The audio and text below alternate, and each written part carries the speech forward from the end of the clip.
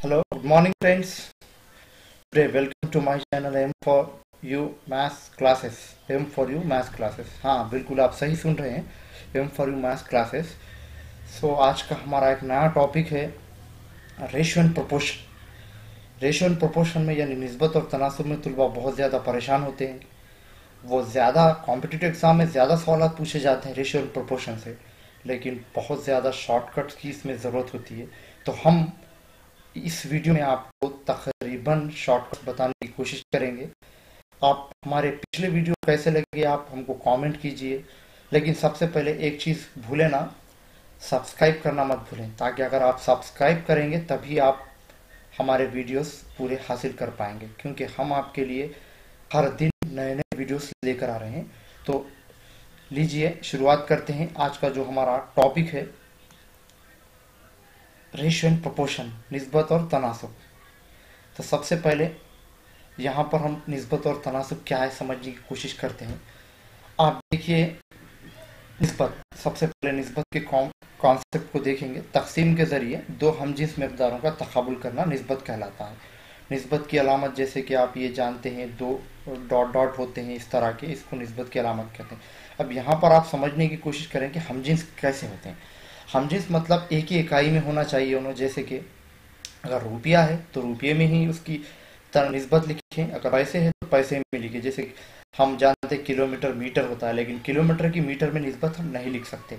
तो हमको अगर उसको निस्बत में तब्दील करना है तब उसको किलोमीटर को मीटर में लाना पड़ेगा या मीटर को किलोमीटर में लाना पड़ेगा, यानी एक ही इकाई में एक ही जिन्स में उनको लाएं, तभी आप उसकी निस्बत कर सकते हैं। यहाँ पर देखिए दूसरा जो पॉइंट है, निस्बत ए निस्बत बी में ए और बी निस्बत के अरकान या अज्जा कहलाती है, जिसमें ए को मुक़द्दम और बी को सानी कहते हैं।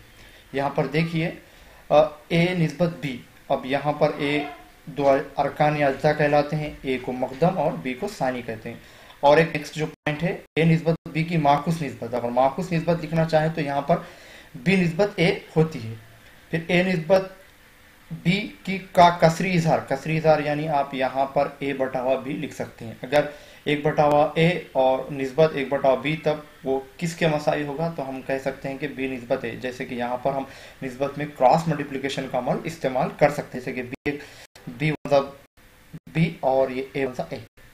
वो तरीका जिसमें हम एक इकाई मकदार की कीमत मालूम करते हुए बाद में मतलूबा मकदार की कीमत मालूम करते हैं कहलाता है इकाई कायदा। यहाँ पर एक इम्पॉर्टेंट है। और एक देखिए आप 30 निस्बत 20 और 24 निस्बत 16 की अकल तरीन निस्बत 3 निस्बत 2, यहाँ पर ये निस्बत क्या कहलाती है, मादिल निस्बत कहलाती है। नेक्स्ट पॉइंट देख लेते हैं हम, और तनासुब किसे कहते हैं, तनासुब आखिर क्या चीज है। यहाँ पर देखिए दो निस्बतों को मसावी करना तनासुब कहलाता है। इसकी अलामत यानी दो निस्बत है इसलिए दो अलामतें इस्तेमाल की गई है यहाँ पर, या मसावी की अलामत भी हम इस्तेमाल कर सकते हैं। जैसे कि अगर A B C D, for example A B C D 4 अनासिर तनासुब में हो, तब यहाँ पर ए निस्बत बी ये तनासुब की अलामत, सी निस्बत डी इस्तेमाल कर सकते हैं यहाँ पर, या ए निस्बत बी मसावी सी निस्बत डी, या हम इसको यानी जैसे कि हम ए निस्बत बी को कसरी तौर पर लिख सकते हैं ए बटावा बी, और सी निस्बत डी को सी बटावा डी। अगर हम इसको क्रॉस मल्टीप्लिकेशन करें तो ए डी और बी सी हमको हासिल होगा, जो कि हम नेक्स्ट पेज में नेक्स्ट इसमें देखेंगे। देखिए और एक अहम ज़ाब्ता यहाँ पर देखिए, तरफेन का हासिल ज़रब, तरफेन का हासिल ज़रब मसावी होता है वस्तेन का हासिल ज़रब। जैसे कि ए निस्बत बी मसावी सी निस्बत डी, तो यहाँ पर तरफेन यानी अतराफ के बाजू वाले दोनों को ले ले ए डी, और वस्तेन यानी दरमियानी बी और सी को ले लें, तो हम कह सकते हैं कि ए डी मसावी बी सी। ये कॉन्सेप्ट बहुत अहम है जो हम कई सवाल हल करने के लिए इस्तेमाल करते हैं। नेक्स्ट दरमियाना तनासुब, अगर ए बी सी डी तनासुब में हो तो बी इनका दरमियानी तनासुब कहलाता है।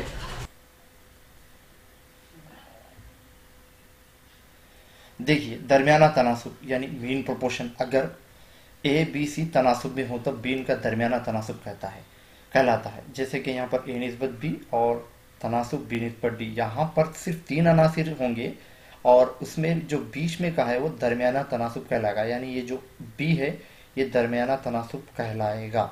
या ए बटावा बी मसावी है बी बटावा डी, तो हम इसको क्योंकि ये दो बी होते हैं इसलिए A into D A D और ये B into B square, sorry by mistakely यहाँ पर डी ले लिया गया, आप यहाँ पर सी लेंगे तो यहाँ पर बी स्क्वायर इंटू ए सी और बी, और जब हम इसको स्क्वायर को हटाएंगे तो इधर दूसरी जानिब उसका जजर आ जाएगा। नेक्स्ट देख लेते हैं तीसरा तनासुब यानी थर्ड प्रोपोर्शन। ये बहुत कम लोग जानते हैं तीसरा तनासुब क्या था, लेकिन कॉम्पिटिटिव एग्जाम में बहुत ज़्यादा पूछता है। लेकिन जब हम पढ़ते हैं सवाल तो परेशान हो जाते हैं। हम तो तनासुब ही जानते हैं लेकिन तीसरा दूसरा क्या होता है। देखिए अब यहाँ पर ए का तीसरा तनासुब एक्स होता, यानी ए और बी का तीसरा तनासुब एक्स होता। यहाँ पर कैसे लेंगे, ए बी निस्बत बी और यहाँ पर एक बी एक्स यानी बी निस्बत एक्स, या ए बटावा बी बटावा एक्स। अगर हम x या b into B square by A हम हासिल कर सकेंगे।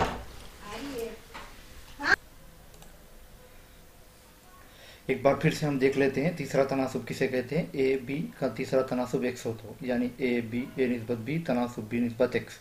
तब यहाँ पर ए निस्बत बी को हम ए बटावा बी मसावी बी निस्बत x को बी बटावा x लिख सकते हैं। यहाँ पर देखिए x को यहाँ पर रख दिया गया है और ये b इंटू बी यानी b की दूसरी और ये a को नीचे डालेगा। ये हमारा ज़ाब्ता है तीसरा तनासुब का, x मसावी बी स्क्वायर बाई ए। फिर नेक्स्ट देख लेते हैं हम यहाँ पर, सॉरी थोड़ा सा, हाँ देखिए चौथा तनासुब ए बी सी का चौथा तनासुब x होता। यहाँ पर किस तरह ले हम चौथा तनासुब a निस्बत b तनासुब c निस्बत x। यहाँ पर देखिए a निस्बत b बटावा ए निस्बत ए बटावा बी और ये सी निस्बत एक्स को हम सी बटावा एक्स लिख सकते हैं। तो देखिए आप यहाँ पर एक्स को ले लिया गया है और ये बी से सी को ज़र्ब दिए तो बी सी बाई ए, यानी चौथा तनासुब का ज़ाब्ता है एक्स मसावी है बी सी बाई 4। हम इस पे कुछ सवालात भी हल करेंगे हमारे नेक्स्ट वीडियो में। अब हम रास्त तनासुब क्या होता है। दो तरह के तनासुब होते हैं, एक होता है रास्त तनासुब, दूसरा होता है माकुस तनासुब। तो आप देखेंगे कि रास्त तनासुब कैसे होता है। यहाँ पर थोड़ा सा गौर कीजिए। Direct proportion we can say that one, ऐसा तनासुब जिसमें एक मिकदार में इजाफा दूसरी मिकदार में इजाफे का बास बने, या एक मिकदार में कमी दूसरी मिकदार में कमी का बास बने, रास्त तनासुब कहलाता है। यानी कोई चीज़ की में इजाफा हो रहा तो उससे कंसर्न वाली दूसरी चीज़ में भी इजाफा हो। जैसे कि अगर हम 1 रुपये में 4 चॉकलेट आते हैं, अगर हम 2 रुपये की चॉकलेट लेंगे तो 8 चॉकलेट आएंगे, क्योंकि यहाँ पर रुपया बढ़ रहा तो चॉकलेट की मिकदार भी बन रही। तो इस तरह के तनासुब को हम रास्त तनासुब कहते हैं। अगर x और y रास्त तनासुब में हो तो x, ये अलामत जो इस्तेमाल की गई है ये एक रास्त तनासुब यानी x रास्त तनासुब है y के। यहाँ पर इस अलामत को हटाकर हम इक्वल टू k यानी k कांस्टेंट लेंगे, x मसावी के वाई। अगर ये y को अगर हम नीचे ज़रबे चलबे के जरिए नीचे लाते हैं तो x बटावा y मसावी के एक मुस्तकिल है। ये हम इस ज़ाब्ते को इस्तेमाल करते हुए हम एक रास्त तनासुब के सवालात को आसानी से हल करते हैं, जो कि कॉम्पिटिटिव एग्जाम में रास्त और माकुस तनासुब के सबसे ज़्यादा सवालात पूछे जाते हैं। देखिए नेक्स्ट,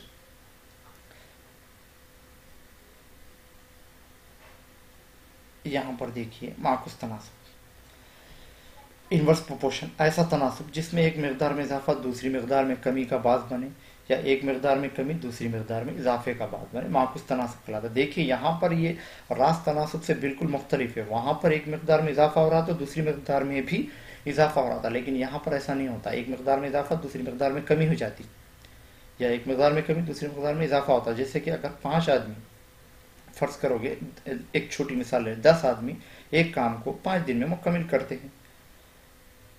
अगर हम 20 आदमी ले लें तो वो काम सिर्फ 2.5 दिन में मुकम्मल हो जाएगा, यानी एक चीज़ में इजाफा करें तो दूसरी चीज़ में कमी हो जाएगी। यानी 100 किलो चावल, एक कुंड, ये 100 किलो चावल 5 दिन खाते हैं। अगर वहाँ पर आदमियों को बढ़ा दें तो वो चावल जो है सो जल्दी ख़त्म हो जाएंगे। यानी 10 आदमी 2 दिन में खाते हैं कुछ चावल, तो सिर्फ अगर वो 20 आदमी तो 1 दिन में ही ख़त्म कर देंगे। यानी एक चीज़ में इजाफा दूसरी चीज़ में कमी का बास बनेगी। यहाँ पर देखिए अगर x और y माकुस तनासुब में होता, यहाँ पर इस तरह लिखते हैं x माकुस यानी तनासुब की अलामत 1 बटा y। यहाँ पर k को मुस्तकिल ले लेते हैं 1 बटा y और यहाँ पर भी ज़रब चलपे के जरिए x into Y equal to K, यानी जो रास्त तनासुब का ज़ाब्ता है x बटा y इक्वल टू के मुस्तकिल, और यहाँ पर जो माकुस है x इंटू वाई के इक्वल टू के मुस्तकिल। और एक जो हमारा नेक्स्ट है मुरक्कब तनासुब। इस तरह के तनासुब भी बहुत ज़्यादा, ये तनासुब पर भी बहुत ज़्यादा सवालात पूछे जाते हैं। बाज़ मरतबा देखिए आप उसकी डेफिनेशन देख लेते हैं। बाज़ मरतबा एक मिकदार में तब्दीली का असर 2 या 2 से ज़ायद मिकदारों पर पड़ता है जो किसी एक तनासुब में होते हैं। मुरक्कब तनासुब कहलाता है। यहाँ पर एट अ टाइम दो तनासुब का इस्तेमाल किया जाता है, जैसे कि हो सकता है कि दो के दो रास्त हो, या दो के दो माकूस हो, या एक रास्त एक माकूस हो, या एक माकूस एक रास्त, इस तरह के हो सकते हैं। तो इस तरह के तनासुब को मुरक्कब कहते हैं। मजदूरों की तादाद और काम की तकमील के लिए जो वक्त है ये माकूस तनासुब में होते हैं, क्योंकि मजदूर बढ़ेंगे तो काम जल्दी हो जाएगा, अगर काम ज़्यादा है तो मजदूर ज़्यादा, इस तरह देख सकते हैं हम। यहाँ पर हॉस्टल में मौजूद तलबा और ग़िज़ा के लिए इस्तेमाल दरकार देनी, यहाँ पर भी ये भी माकूस तनासुब में है। अगर 10 तलबा है, 5 दिन की ग़िज़ा अगर मौजूद है, अगर 20 तलबा आ जाएँ तो सिर्फ 2.5 दिन में ख़त्म हो जाएगी। यहाँ पर एक चीज़ में इजाफा, दूसरी चीज़ में कमी हो रही है, इसलिए इसको हम यानी आम तौर पर मजदूर और काम, तलबा और ग़िज़ा, ये जो है सो माकूस तनासुब में ही होते हैं। देखिए आप रास्त तनासुब में हो तो अगर क्रॉस ज़रब दें, ये बहुत ही इंपॉर्टेंट पॉइंट है, आप इसको नोट कर लीजिएगा, इसको अच्छी तरह से नोट कर लिया आप। तो आप यहाँ पर देखिए ये बहुत इंपॉर्टेंट पॉइंट है। ये रास्त तनासुब में हो तो क्रॉस ज़रब दें और दरमियान में मसावी लिखें। जैसे कि दो कोई आइटम है, यहाँ पर देखिए आप दो आइटम हैं और 10 रुपये में हासिल हो रहे, फर्ज करो तो 4 आइटम कितने में हासिल होंगे, तो हमको अगर आइटम बढ़ेंगे तो रकम भी वहाँ पर बढ़ जाएगी। यानी इसको ऐसा ज़रब देंगे, 2 से x को ज़रब देंगे और 4 से 10 को ज़रब देंगे और बीच में मसावी का हम इस्तेमाल कर सकते हैं।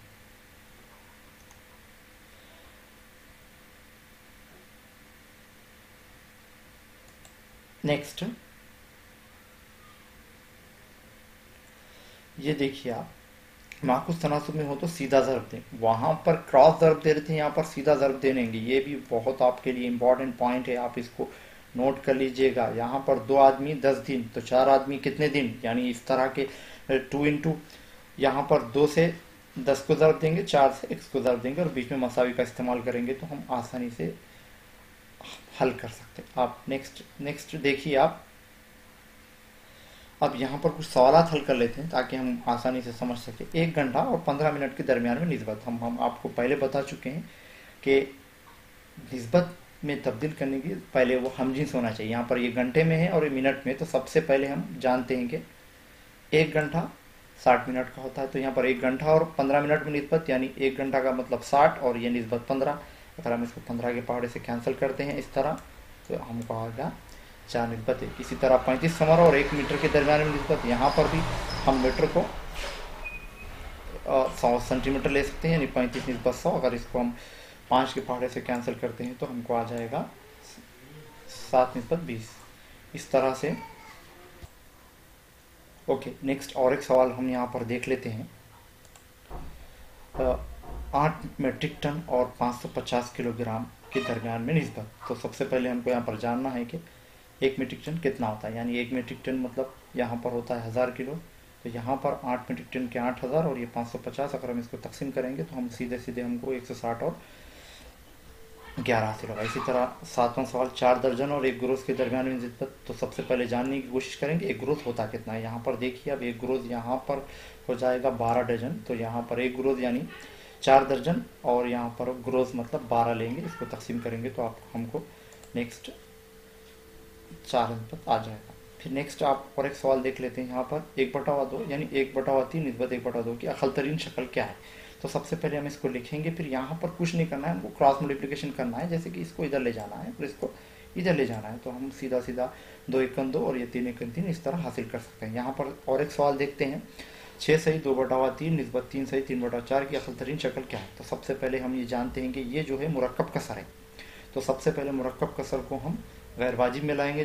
3 6 के 18 और ये 2 यानी 20/3। यहाँ पर देखिए 4 तिया 12 और ये 3 यानी 15/4। यहाँ पर भी क्रॉस मल्टीप्लिकेशन करेंगे, 4 से 20 को ज़रब देंगे इस तरह और ये 3 से 15 को ज़रब देंगे, तो हमको 4 × 20 और 3 × 15 हासिल होगा, यानी 4 × 20 80 और ये 45। अगर हम इसको कोई 5 के पहाड़े से कैंसिल करते हैं तो हमको सीधा 16 और ये इस तरह से 9 हासिल हो जाएगा। यहाँ पर सॉरी बाई मिस्टेकली 6 आ गया, लेकिन 9 आना चाहिए वहाँ पर। यहाँ पर और एक सवाल देखते हैं। ये जो सवाल है 27 और 3 का दरमियाना तनासब। दरमियाना तनासब का आप लोग ज़ाब्ता जान चुके हैं, बी मसावी अंडर रूट सी ए सी। यहाँ पर ए यानी 27 ले लें, इसी तरह भी 3 ले लें, यानी 27 ज़रब 3 यानी 81। तो 81 को हम इस तरह लिख सकते हैं 9 ज़रब 9। तो अगर अंदर रूट के अंदर अगर 2 बार 9 होगा तो बाहर हम एक बार ले सकते हैं, इसीलिए जवाब हमारा जो होगा वो बी इक्वल टू 9 यानी दरमियाना तनासब 9 है। एक और सवाल, या 5 और 125 का दरमियाना तनासब। यहाँ पर भी हम सेम ज़ाब्ता इस्तेमाल करेंगे, जो ज़ाब्ता है ये बहुत अहम ज़ाब्ता है, B equal to under root A C. यहाँ पर ए 5 और सी जो है 125, इस तरह ज़रब देंगे 625 आएगा। 625 को हम फैक्टर्स अगर लिखें उसके तो 25 ज़रा 25 लिख सकते हैं। इसी तरह हम 25 को 2 अगर बाहर अंदर हो तो बाहर 1 ले सकते हैं। नेक्स्ट, राशिद के पास इस तरह के सवाल बहुत ज़्यादा कॉम्पिटिटिव एग्जाम में देखे जा सकते हैं, तो थोड़ा सा हम समझने की कोशिश करेंगे। राशिद के पास 16 लाल और 4 नीली गोलियां हैं, तब लाल और नीली गोलियों के दरमियान में निस्बत। तो ये सिंपल मैं आपको इसलिए सवाल दे रहा हूँ ताकि आप पहले बेसिक चीज़ों को जानें, उसके बाद हार्ड मुश्किल सवाल की तरफ बढ़ें। देखिए आप यहाँ पर 16 लाल है और 4 नीली है, दोनों के दरमियान निस्बत। तो हम 16 और 4 लिखेंगे। यहाँ पर 4 के पाड़े से अगर हम कैंसिल करेंगे तो हमको सीधा सीधा हमको 4 निस्बत 1 आएगा। इसी तरह आप देखिए एक जमात में 32 तुलबा है, यानी जुमला जो तुलबा है 32 है, जिनमें 12 लड़के हैं, तब लड़के और लड़कियों के दरमियान में निस्बत। यहाँ पर देखिए टोटल सब दे दिया 12 जमात में, लेकिन लड़के दिया, लड़कियां नहीं दिया। तो सबसे पहले हम लड़कियां मालूम करने के लिए जुमला 32 में से 12 लड़कों को निकालेंगे तो 20 आ जाएगा। तब यहाँ पर निस्बत लिखना है लड़के और लड़कियों की, यानी 12 निस्बत 20। इस तरह अगर हम पहाड़े से कैंसिल करें 4 के तो हमको आ जाएगा 3 निस्बत 5। ये एक और सवाल, अहमद के वालिद ने 18 फूल लाए जिनमें लाल और पीले फूल है, 1 निस्बत 2 की निस्बत में थे, तब हर किस्म के फूल कितने होंगे। ये सवाल देखिए आप 18 फूल है और उसमें लाल और पीले हैं, लाल का निस्बत 1 है तो पीले का निस्बत 2 है, यानी 1 निस्बत 2। यहाँ जुमला 16 लिख लेंगे, निस्बत जो दी गई 1 और निस्बत 2 लिख लेंगे। निस्बत का मजमू पहले सबसे पहले करेंगे, यहाँ पर निस्बत का मजमू यानी 1 और 2, यानी 1 जमा 2 लिख लेंगे 3। अब यहाँ पर लाल का कितना हिस्सा है, देखिए आप लाल का हिस्सा ये जो है 1 है, तो यहाँ पर 1/3 लेंगे, यानी जुमला फिर 18 से ज़रब देंगे तो 3 एकन और ये 3 छक्के यानी 6 आ जाएगा। अब नेक्स्ट जो है हम इस तरह, इसका हिस्सा कितना है 2 है, तो अब यहाँ पर हम 2/3 ज़रब 18 करेंगे, यानी 12 आ जाएगा। नेक्स्ट एक और सवाल, एक सुनार सोना और तांबे को 7/2 की मिकदार में मिलाकर जेवरात बनाता है। अगर जेवर का वजन 45 ग्राम हो तो इसमें कितने ग्राम सोना इस्तेमाल किया गया। आप लोग भी बहुत ज़्यादा जेवरात खरीदते होंगे तो आपको ये बहुत ज़्यादा काम में आएगा, लेकिन उससे पहले आप इसको एग्ज़ाम में इस्तेमाल कीजिए, कॉम्पिटिटिव एग्ज़ाम में। देखिए सबसे पहले यहाँ पर जेवर का वजन 45 किलोग्राम है, लेकिन ये जेवर जो बनाएगा सोना और तांबे और दोनों की निस्बत 7/2 है, यानी सोना 7 है तो उसमें 2 हिस्से जो है सो तांबे के। तो सबसे पहले हम यहाँ पर भी क्या करेंगे, निस्बत को जमा कर लेंगे, यानी 7/2 9। अब हमको मालूम क्या करना है, यहाँ पर देखिए कितने ग्राम सोना इस्तेमाल किया गया।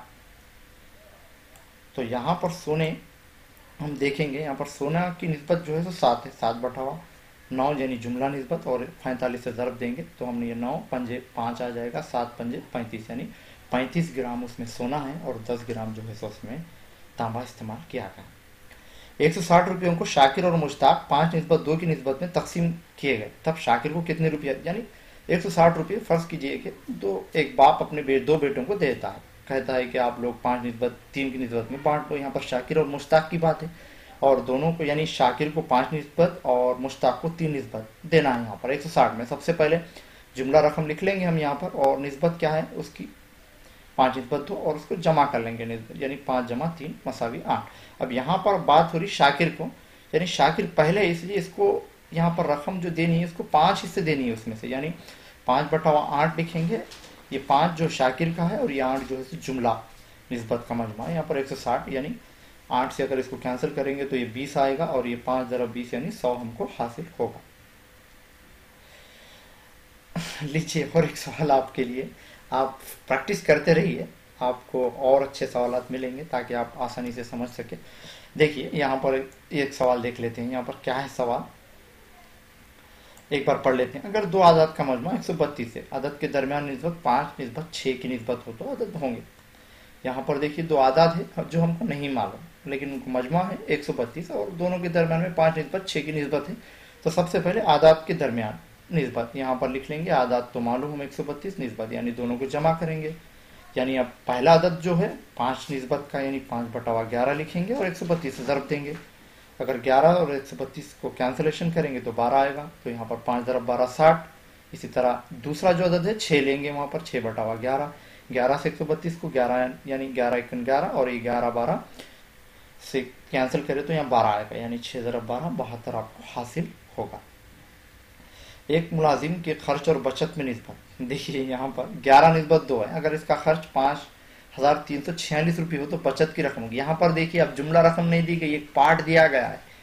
ये एक अहम सवाल है, ये बहुत ज़्यादा कॉम्पिटिटिव एग्जाम इस तरह के सवाल पूछे जाते हैं, बहुत अहम है। आप देखिए ये सवाल को एक बार इसको हाईलाइट कर लेते हैं ताकि आप उसको अहम समझ सकें। एक मुलाजिम को के खर्च और बचत में निस्बत है। यहाँ पर खर्च यानी 11 है और बचत जो है तो 2 हिस्से। अगर इसका खर्च 5,346 है तो बचत कितनी होगी मालूम करना। यहाँ पर देखिए खर्च और बचत में निस्बत 11 निस्बत 2। खर्च कितना है 5,346 रुपये। यहाँ पर हम क्या करेंगे खर्च, यहाँ पर देखिए आप खर्च जो है सो वहाँ पर 11% हिस्से है। तो अब यहाँ पर 11 से इसको कैंसिलेशन करेंगे तो हमको हासिल होगा 486। देखिए 5,346 को 11 से तकसीम करेंगे तो अब यहाँ पर हमको 486 यानी जो एक हिस्सा है वो 486 का है। तो देखिए बचत की रकम यानी बचत कितनी कर रहा हूँ, उन्हें 2 हिस्से कर रहा हूँ। तो यहाँ पर 486 से 2 को ज़रब देंगे तो हमको 972 रुपये हासिल होगा जो कि उसकी बचत की रकम है। देखिए नेक्स्ट, अगर 3 बोतल शरबत की कीमत 240 रुपये हो तो 7 बोतल शरबत की कीमत क्या होगी। यहाँ पर ये 7 बोतल शरबत की कीमत मालूम करना है तो हमको 240 लिख लेंगे यानी जो कीमत कितने बोतल की दिया उन्हें नीचे 3 लिखेंगे क्योंकि 3 बोतल की दिया और लाना कितनी है हमको 7 है, इसलिए हम इसको 3 से तकसीम करेंगे और ये 7 से ज़रब देंगे। ये 3 से कैंसिल करें तो 60 आएगा और ये 7 से ज़रब देंगे तो 420 आता है। जुनेद ने 5 किलो दाल को 250 रुपये में ख़रीदा। अगर 3 किलो दाल खरीदनी हो तो कितनी रकम देनी होगी। यहाँ पर देखिए 205 रुपये को 5 से तकसीम करेंगे और हमको जो कीमत लाना है वो 3 किलो दाल की लाना है, इसलिए 3 से ज़रब देंगे यानी 5 से अगर कैंसिलेशन करेंगे 205 को तो 41 आएगा और ये ज़रब में 3 है, इसलिए हम 41 ज़रब 3 करेंगे तो 123 रुपये यानी जुनेद को 3 किलो दाल खरीदने के लिए 123 रुपये देने होंगे। 6 कुर्सियों की कीमत 3,600 रुपये है, तब 4,500 में कितनी कुर्सियाँ खरीदी जा सकती है। देखिए यहाँ पर ये रास्त तनासुब में है, मैंने इसको हाईलाइट किया है। यहाँ पर देखिए आप ये रास्त तनासुब में है क्योंकि अगर कुर्सियाँ बढ़ेंगे तो कीमत भी बढ़ेगी। तो यहाँ पर इसका इस्तेमाल कर सकते हैं। 6 कुर्सियों की 3,600, यहाँ पर बाई मिस्टेकली 16 कुर्सियाँ हैं, यहाँ पर बाई मिस्टेकली ये 16 नहीं आया। देखिए आप 16 कुर्सियों की कीमत 3,600 है, तब 4,500 में कितनी कुर्सियाँ यानी कितनी कुर्सियाँ मतलब x कुर्सियाँ हम यहाँ पर ले सकते हैं यानी 16 कुर्सियाँ 3,600, x कुर्सियाँ 4,500 ज़रब देंगे। यहाँ पर रास्त मतलब आप जैसे कि जानते हैं क्रॉस मल्टीप्लिकेशन करना होगा हमको। देखिए यहाँ पर रास्त तनासुब में इसलिए हम इसको 16 से यानी क्रॉस मल्टीप्लिकेशन करना पड़ेगा। 16 से 4,500 को और 1 से 3,600 को इस तरह ज़रब देंगे। यहाँ पर 16 4,500 मसावी 1 से ज़रब 3,600, तो ये जैसा का वैसा इधर लिख लेंगे, लेकिन यहाँ पर x जैसा का वैसा लिखकर ये 3,600 को नीचे लाएंगे। यहाँ पर 2 सिफर और ये 2 सिफर कैंसिलेशन करेंगे, फिर पहाड़ों का इस्तेमाल करेंगे। क्या जैसे कि आप लोग बहुत परफेक्ट होंगे पहाड़ों में तो आप लोग कैंसिल कर लीजिए, आपको 20 जवाब आ जाएगा।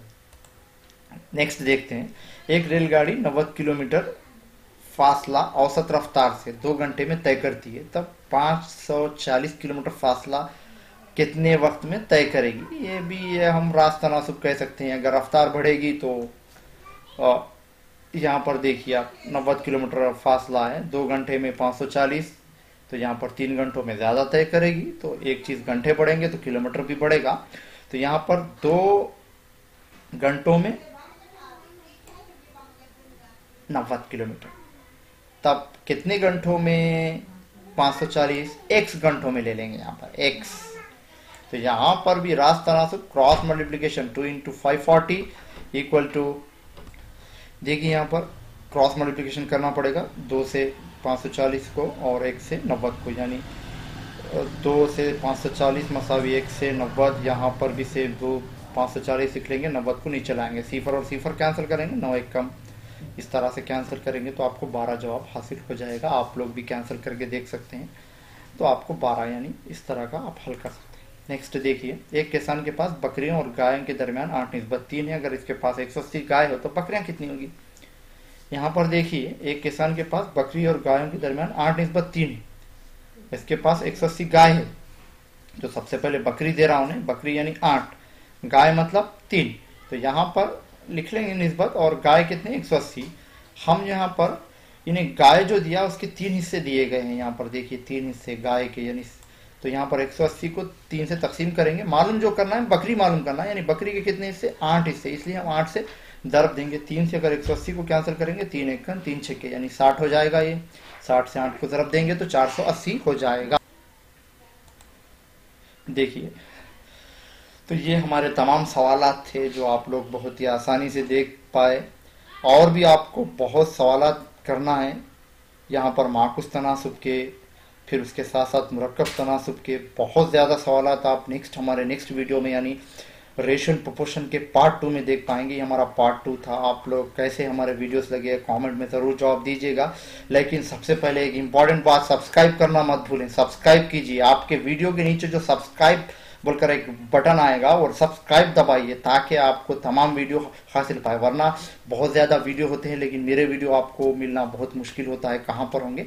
इसलिए आप अगर एक बार सब्सक्राइब कर देंगे तो आप उसको आसानी से तमाम वीडियो हासिल कर पाएंगे। ये और एक और तरीका है, आप मेरी वेबसाइट www.urduformed.webnote.com पर भी इसके तमाम वीडियो अवेलेबल रहेंगे, आप वहां से भी हासिल कर सकते हैं। एक और बार मैं आपको मेरे वेबसाइट का एड्रेस बोलता हूं और आसानी से लिख लीजिए, www.urdu4 यानी 4 सिंबॉलिक 4 लिखेंगे, medn.webnote.com। But keep watching, thanks, but don't forget to subscribe my channel. Thanks lot.